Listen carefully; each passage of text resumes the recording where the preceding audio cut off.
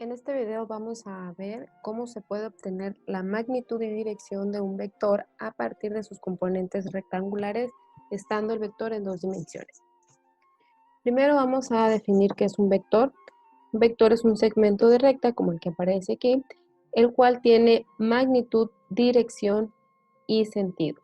Cuando hablamos de magnitud, estamos haciendo referencia de el valor, cuánto vale ese vector, cuál es su medida.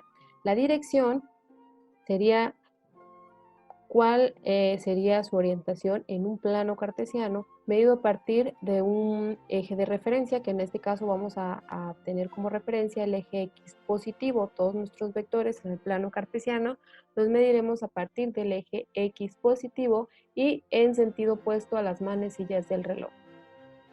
Bien, entonces, ¿cómo podemos representar un vector? Nosotros vamos a representar el vector con una letra y encima le vamos a poner una rayita indicando que es un vector y vamos a separar sus componentes por una coma. Si es un vector en dos dimensiones, pues no tendría el último término que se refiere a la componente en Z. También podemos nosotros expresar los valores, las componentes de nuestro vector utilizando los vectores unitarios y para X, J para Y y K para Z. Igual, si nuestro vector es en dos dimensiones, entonces omitimos la componente Z. Vamos a suponer que tenemos un vector cuyas componentes en X sea -4 y en Y tenga una componente de, vamos a ponerle 3. Este es nuestro vector. Con este vector vamos a trabajar. Si yo quiero graficar este vector en el plano cartesiano, pues nuestro eje horizontal va a ser el eje X y el eje vertical va a ser el eje Y. Entonces yo tendría que recorrer -4 en X, ya estoy, pero tendría que recorrer 3 en Y positivo. Quiere decir que aquí tendríamos nosotros nuestro vector, partiendo del origen del plano cartesiano. Entonces aquí tenemos -4 en X y 3 en Y. Este sería nuestro vector dibujado. Nosotros podemos dibujar esto, es decir, sabemos que esto es igual a -4 en la dirección de X y tendríamos 3 en la dirección de Y. Quiere decir que yo puedo dibujar estos dos vectores y tengo que llegar al mismo lugar donde termina mi vector original. Es decir, si yo dibujo un vector aquí en -4, está saliendo un poquito chueco, puedo dibujar un vector aquí en -4 y puedo dibujar otro vector a partir de su punto final que mida 3 en Y. Aquí está. Entonces yo ya dibujé ahora esos dos vectores. Si observamos esto, podemos notar que se forma un triángulo rectángulo con estos dos nuevos vectores que dibujé. Entonces, nosotros podemos definir que tenemos estos vectores. Vamos a ver, vamos a quitarle los fondos. Entonces, yo puedo definir que este vector de abajo es mi componente X y el que está vertical, pues sabemos entonces que va a representar nuestra componente Y. Es decir, aquí le voy a poner BY. Este es nuestra componente Y. Ahora, la línea que está de color morada vendría representando la magnitud de nuestro vector. ¿Cómo vamos a representar la magnitud de un vector? Vamos a representar de la siguiente manera. Vamos a poner doble línea a los lados para distinguirla de lo que viene siendo el valor absoluto. Y adentro vamos a colocar el nombre de nuestro vector, que en este caso nuestro vector se llama v. Entonces, esta va a representar la magnitud del vector. Además, nosotros podemos dibujar aquí dentro lo que viene siendo el ángulo medido desde el eje X más cercano. En este caso, el eje X más cercano vendría siendo el eje X negativo. Y ese ángulo le vamos a poner un nombre para poderlo identificar. En este caso, nuestro ángulo le vamos a poner que se llama ángulo teta. Aquí está. Entonces, este símbolo que está aquí, vamos a decir que representa la magnitud del vector. Aquí lo vamos a poner. Este símbolo es magnitud del vector. Magnitud o módulo del vector. Y este que está aquí, que viene siendo teta, lo que nos va a representar es la dirección del vector. Entonces, nosotros dijimos hace rato que la dirección tiene que ser medida de preferencia a partir del eje X positivo. En este caso lo estamos midiendo a partir del eje X negativo para poder encontrar la fórmula para determinar la magnitud y la dirección. Hay que recordar que este ángulo que está aquí vendría siendo el complemento de 180, ¿sí? Entonces, aquí vemos que tenemos formado un triángulo rectángulo. Eso significa que esta línea morada vendría siendo la hipotenusa de mi triángulo. Entonces, utilizando el teorema de Pitágoras, nosotros podemos definir que la magnitud de mi vector va a ser igual a la raíz cuadrada de los dos lados de este lado elevado al cuadrado más este lado elevado al cuadrado.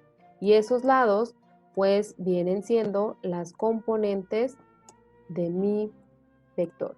Entonces aquí vamos a ponerle más y aquí adentro vamos a poner los nombres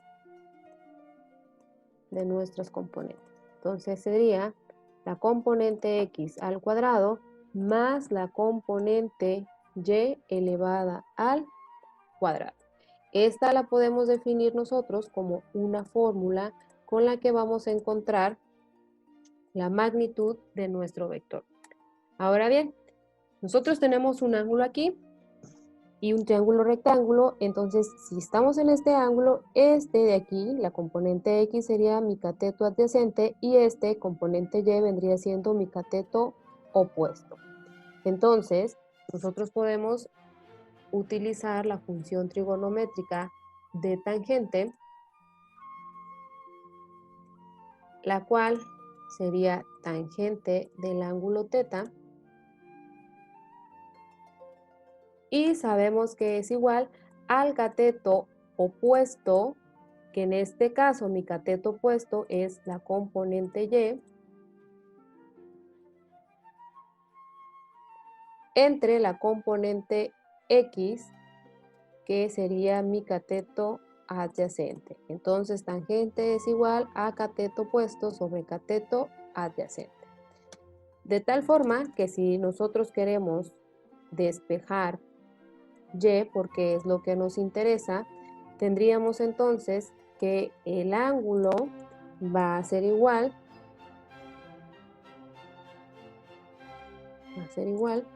a la tangente inversa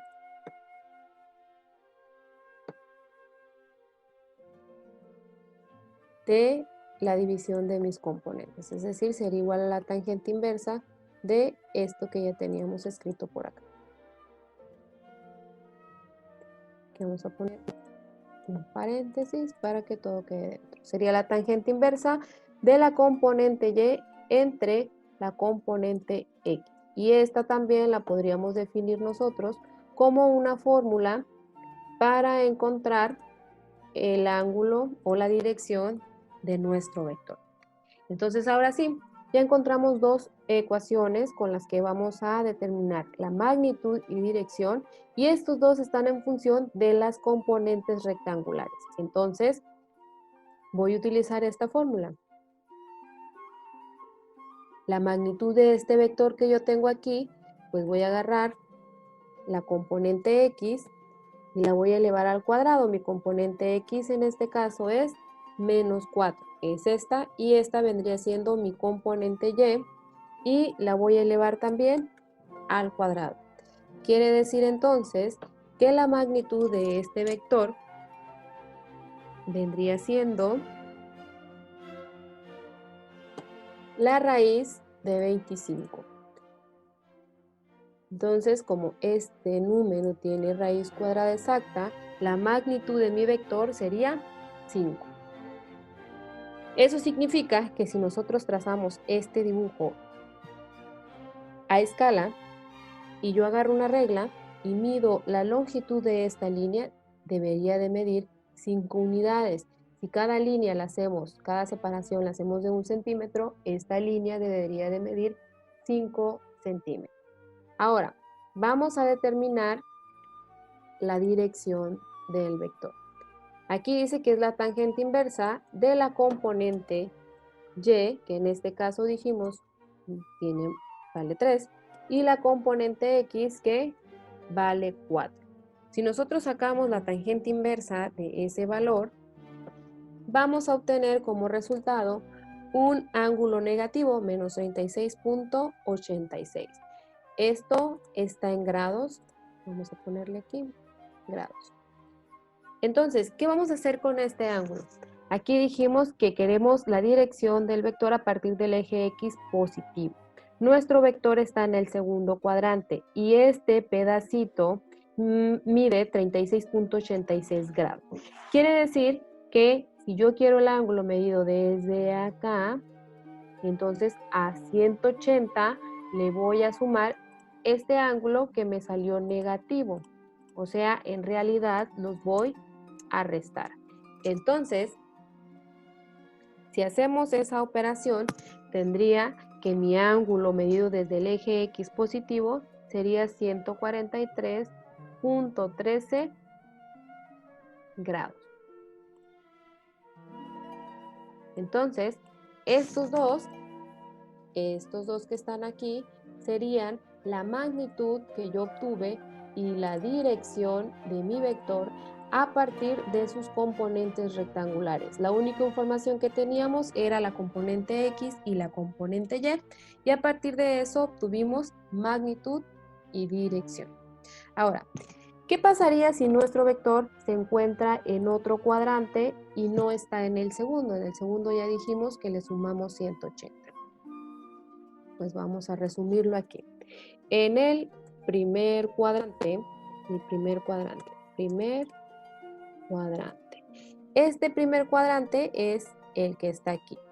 Si nuestro vector se encuentra en el primer cuadrante, nosotros no le vamos a hacer absolutamente nada. Así como nos salga el resultado de la fórmula que está aquí, así lo vamos a dejar.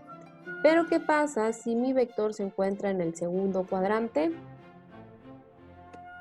Pues ya dijimos que le vamos a sumar 180 grados. Al valor que obtengamos nosotros en la fórmula se va a salir un valor negativo y a ese valor negativo le vamos a sumar 180 grados. De tal forma que el resultado que nosotros obtengamos va a ser mayor a 90 pero menor a 180. Este que está aquí abajito sería el tercer cuadrante.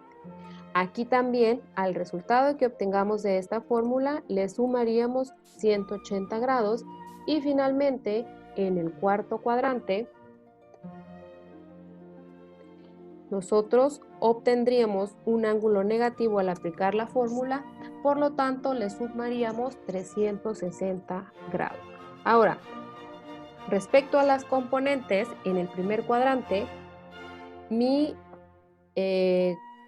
componente X va a ser positivo Y mi componente Y también va a tener un signo positivo, es decir, si yo tengo un vector cuyas dos componentes tienen signo positivo, significa que estoy en el primer cuadrante.